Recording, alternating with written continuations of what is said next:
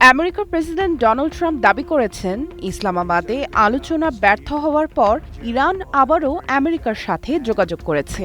ওয়াশিংটনের সাথে একটি চুক্তি করতে মরিয়া ইরান। ৬ সপ্তাহের বেশি সময় ধরে চলা যুদ্ধে বিপুল সংখ্যক অবকাঠামো ধ্বংস এবং অর্থনীতি বিপর্যস্ত হয়ে পড়ায় ইরান নতি স্বীকার করতে বাধ্য হয়েছে বলে মন্তব্য করেন তিনি।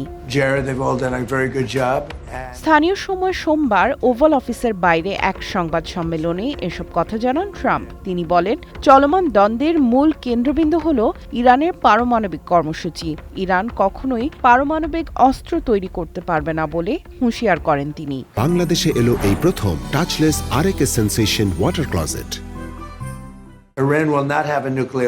ইরানের পক্ষ থেকে আমাদের কাছে ফোন এসেছে। ওরা একটা চুক্তি করার জন্য একদম মরিয়া হয়ে আছে। ওরা খুব খারাপ অবস্থায় আছে।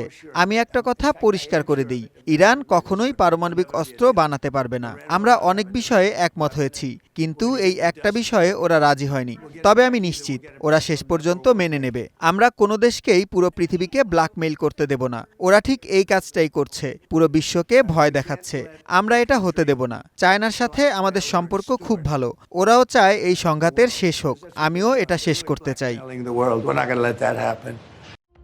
ইসলামাবাদে আমেরিকার ভাইস প্রেসিডেন্ট জে.ডি. ভ্যান্স এবং ইরানের প্রতিনিধিদের মধ্যে টানা ২১ ঘণ্টার আলোচনার কথা উল্লেখ করে ট্রাম্প বলেন, তারা অনেক বিষয়ে একমত হয়েছিল, কিন্তু ইরানের পারমাণবিক সক্ষমতা হ্রাসের ইস্যুতে এখনও কোনো ঐকমত্যে পৌঁছানো সম্ভব হয়নি। আর এই একটি বিষয়ে একমত না হওয়াতেই শেষ পর্যন্ত সমঝোতা ছাড়া বিদায় নিতে হয়েছে দুই পক্ষকে।